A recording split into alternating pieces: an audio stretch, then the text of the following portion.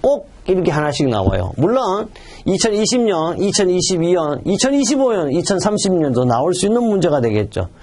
ILO예요, ILO. 요새 말하죠. ILO라는 것은 국제노동기구, 네, 노동기구. 국제노동기구인데 국제노동통계회의에 근로불능상해의 종류가 있습니다. 근로불능상해 종류는 6가지 이렇게 근로를 불능상해, 근로를 할 수 없잖아요. 첫째 뭐냐면 사망이에요, 사망. 사망은요, 죽는 거예요.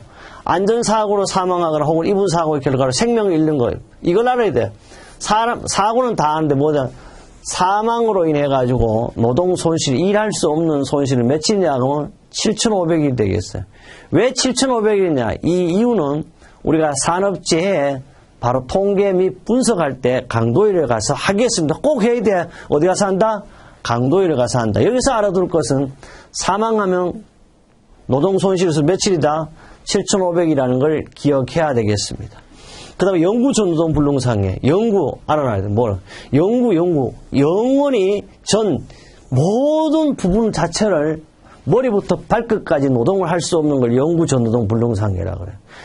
부상 결과로 노동기능 완전히 잃게 되는 부상인데 요거 잘 봐. 신체 장애 등급 1급에서 상급에 해당하는 것으로 노동 손실에서 며칠이다? 7,500. 그럼 얘하고 어때? 같아. 실제 사망자는 완전히 생명을 잃었지만은 생명을 잃은 거하고 별 차이가 없다. 이런 사람은 어떤 사람일까요? 네, 여기 서울인데요. 서울은 영등포역이나 서울역에 가면 이런 분들이 있습니다. 배를 땅에 깔고 찬송가 같은 노래를 크게 틀어놓고 이렇게 조금 물건을 이렇게 팝니다. 수세미사라든지 칫솔사라든지 이렇게 자기 배를 밀고 이렇게 가요. 이런 사람을 가지고 우리는 영구 전노동 불능상해라고 한다. 맞다 틀리다. 어떤 분은 맞을 거고 어떤 분은 틀리는 거예요. 맞다 틀려요. 왜 틀리냐? 이 사람은 그래도 노동을 할 수 있잖아요. 바로 이런 분들은 영구 전노동 불능상해는 바로 우리는 식물인간이라고 이렇게 이야기합니다. 식물인간. 이런 분들을 잔인하게 보죠. 그래서 어쨌든 사망한 사람이나 바로 똑같이 기억합니다. 영구 전노동 불능상해. 그 다음에 또 묘해. 영구인데 전이 아니에요. 일부 노동 불능상해. 시험에 나온다고 써놨어요. 2019년 3월 3일 나왔네. 영구 일부 노동 불능상해는요. 부상의 결과 신체 부분 일부가 노동 기능을 상실한 부상이에요. 팔이 없다든지 손이 없다든지 머리가 없다든지 머리가 없으면 안 된다. 이건 완전 사망이죠. 그죠? 발이 없다. 이런 걸 가지고 우리는 영구 전노동 불능상. 신체장애 등급은 1급에서 14급까지 해당되는데 1급에서 상급을 가지고 영구 전노동이라고 그랬어. 그 다음에 4급에서 14급에 해당되는 사람들을 우리는 영구 일부 노동 불능상해라고 하고 있습니다. 용어 정의로도 기억해야 되겠습니다. 네 번째로 드디어 가겠습니다. 네 번째는요, 일시전노동이라고 그랬어요. 일시전이라는 것은요, 한 방에 전체가 다, 쉽게 말해, 기능을 상실한 거죠. 이것도 역시 시험에 나올 수 있는 문제입니다. 의사의 진단이라고 그러기도 하고, 소견이라고도 이렇게. 일정 기간 정규로 종사할 수 없는 상해죠. 신체장애가 남지 않는 일반적인 휴업재해입니다. 쉽게 말해 갑자기 쓰러졌다든지 갑자기 이렇게 정신이 잃는 이런 현상을 말한다. 근데 중요한 건 의사의 소견이나 진단이 있어야 된다는 걸 알아두고요. 그 다음에 일시 역시 일부노동 불능상해. 의사의 진단으로 일정 기간 정규로 종사할 수는 없으나 휴무가 아닙니다. 상해, 즉 일시 가벼운 노동에 종사할 수 있는 이것도 일시 갑자기 손이 펴지지 않는다 이런 걸 말하는 거고요. 그다음 응급조치상해 또는 구급조치상해라가 부상을 입은 다음 하루 정도 미만을 치료를 받고 다음부터 정상작업에 정도의 종사할 수 있는 그런 정도의 상해를 응급조치상해라고 한다. 그럼 여기서 알아둘 것은요, 우리는 ILO의 정의에 따라 근로불능할 수 없는 근로불능상해의 종류는 첫째 사망이라는 걸 알아야 돼요. 사망은 죽는 거고, 두 번째 영구 전노동 불능상해, 그 다음에 영구 일부 노동 불능상해 등을 통해서 6가지를 기억하셔야 되겠습니다. 그 외에요, 역시 여기 이제 근로자라든지 이렇게 다른 법적인 용어 정의를 했는데 이것은 참고적으로 봐두시면 되겠습니다. 그 다음에요, 공예와 사상이라는 말이 나오는데요. 공예와 사상은 이렇게도 역시 시험에 나오는 것도 아니고 말 그대로 자연 환경을 인간 행위에 의해서 오염시키는 공기, 수질, 토지를 가지고 우리는 공해락을 하고, 사상은 어느 특정의 피해 중에 기관의 타인과 계약에 의하지 않고 자신의 업무 수행 중에 임무상에서 의료 및 그 밖에 보상을 청구할 수 없는 상해를 말. 이것도 역시 우리 시험하고는 좀 관계가 없다. 그 다음에 직업병입니다. 역시 직업병이라는 것은 뭐 직업의 특성으로 발생하는 질병이에요. 직업의 종류라든지 환경, 작업 방법 불량으로 근로자의 건강을 해치는 것을 말한다. 이게 참 애매해요. 근로자의 건강을 해치는 것을 말한다. 이것이 이제 아직까지 모든 법규를 따라주지 않습니다. 근로자라 그럴 수도 있고 노무를 제공하는 자 이렇게 조금 연결시켜 하면 좋겠고 어느 날까지 이게 잘 되지 않을 것이다. 이렇게 생각하면 좋겠고요. 그 다음에 여기서 이제 넘어가기 전에 꼭 알아야 될 거 시험에 나옵니다. 뭘 알아야 되냐? near essence. 요거는 알았거든. essence라는 것은 뭐라 그랬어요? 바로 이걸 가지고 우리는 사고라 그랬어요. near 다른 말로 우리 순수히 그냥 직역을 하면 가까운 사고잖아. 그렇게 얘기하지 않고 무상의 사고, 일체 인적 물적 손실이 없는 사고. 역시 이거는 하인리를 만나면서 상세히 하겠지만 예습이라고 생각하면 좋겠습니다. 그 다음에 fail safe. 요 말에는 합격자이죠. fail safe는 시험에 출제되지만 인성대 그렇게 살면 성공한다는데 꼭 기억합니다. 저도 항상 강조하는 거예요. fail은 뭐요? 실수하다. 실수죠, 명사는. safe 뭐요? 안전합니다. 그래서 인간 또는 기계에 가오나 동작상을 실패가 있더라도 몇 중? 2중 또는 3중으로 통제장치를 가하는 걸 가지고는 fail safe를 합니다. 바로 사람이나 기계가 실수하더라도 2중 또는 3중으로 통제를 가해서 성공할 수 있게 만드는 것을 바로 fail safe라고 합니다. 요거는 대표적인 우리가 기능적 안전화 방법이에요. 꼭 기억하고요. 우리 사람도 있잖아요. 이런 거죠. 내 머리에서 여러분 시험에 1, 2, 3, 4 중에서 2번이 답이야. 근데 인간이 실수하잖아. 1번을 자꾸 가려고 하면 머리에서 안 돼! 2번이야. 이렇게 강조하는 것도 fail safe입니다.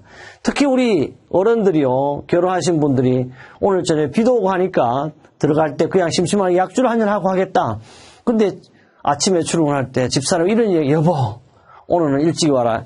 이것도 일종의 집사람의 묵시적인 강요가 바로 fail safe가 되는 거예요. 그래서 우리 인간은 항상 fail safe 같이 살면 성공할 수 있다. 이렇게 합니다. 이외에도요, fail safe 기능에 대한 풀프루프에 대한 것도 인간고학비 계속 나옵니다. fail safe는 바로 조금 더 하면 고장이 생겨도 어느 기간 동안 정상이 유지되는 구조이고 백렬계통이나 대기 여분을 갖춰 항상 안전하게 유지되는 기능이에요. 그런데 풀프루프는 봐요. 바보 방지거든요. 바보가 일을 해도 바보가 무엇을 해도 아무런 사고는 하지 않는 게 풀프루프입니다. 인간의 실수가 있어도 안전장치가 설치돼 재해나 연결되지 않는 구조입니다. 그래서 바보가 작동을 시켜도 안전하다는 뜻인데 결론은 실패가 없다. 바보라도 취급한다는 뜻으로 정의하면 정해진 순서대로 조작하지 않으면 기계 작동하지 않는다. 오자조작을 하여도 사고 나지 않는다. 이런 걸 뭐 카메라 셔터 같은 게 이제 이런 건데 실제 이 풀프루프는요. fail safe를 강의적으로 분류할 때고요. fail safe는 기계적인 방법이 오늘 앞서는 거고 풀프루프는 인간적인 방법이 앞서는 거예요. 그래서 풀이 fail보다 바로 한 단계 앞서는 겁니다. 그래서 우리는 뭐든지 뭐에 적용해? 인간에 적용합니다. 그래서 사람이 가장 귀해요. 그래서 우리 안전관리 목적도 인간의 생명과 뭘 보호한다? 재산을 보호한다는 걸 꼭 기억하셔야 합니다. 그 다음 위험입니다. 하자드라고 직접이나 간접적, 인적, 물적, 환경적 피해를 주는 원인이 될 수 있는 실체 또는 잠재적인 상태를 위험이라고 한다. 뭐 이거 참고적으로 알면 되겠습니다.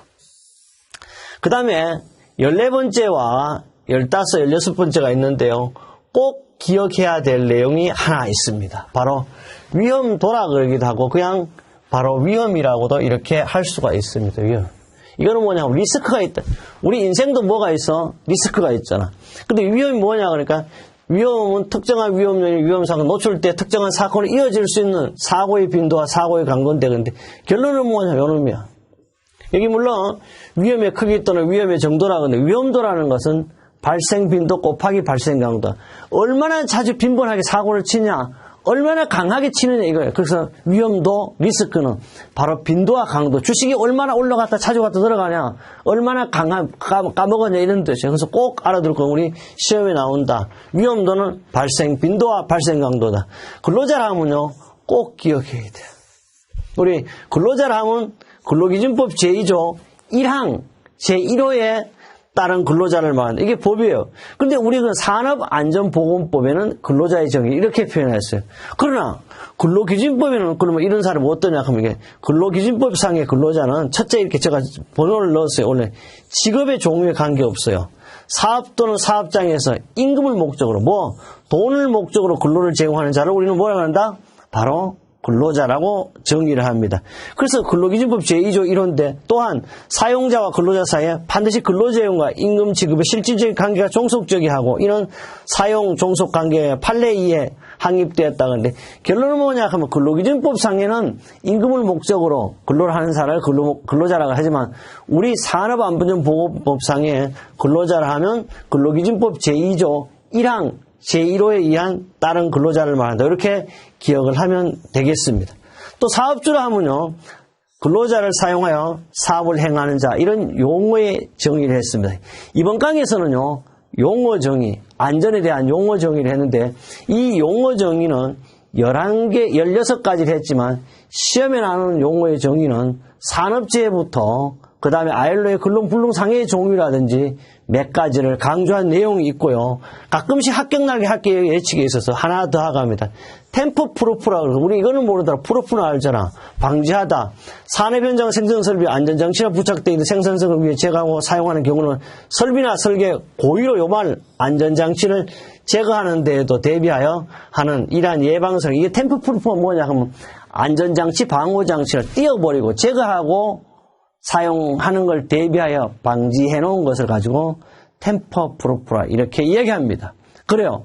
이번 강의에서는 뭘 했다? 안전 용어의 정의에 대해서 여러분과 함께 했습니다. 다음 강의에서도요, 여러분의 안전한 자격증에 합격하기 위해서 제가 혼을 바치는 강의를 하도록 하겠습니다.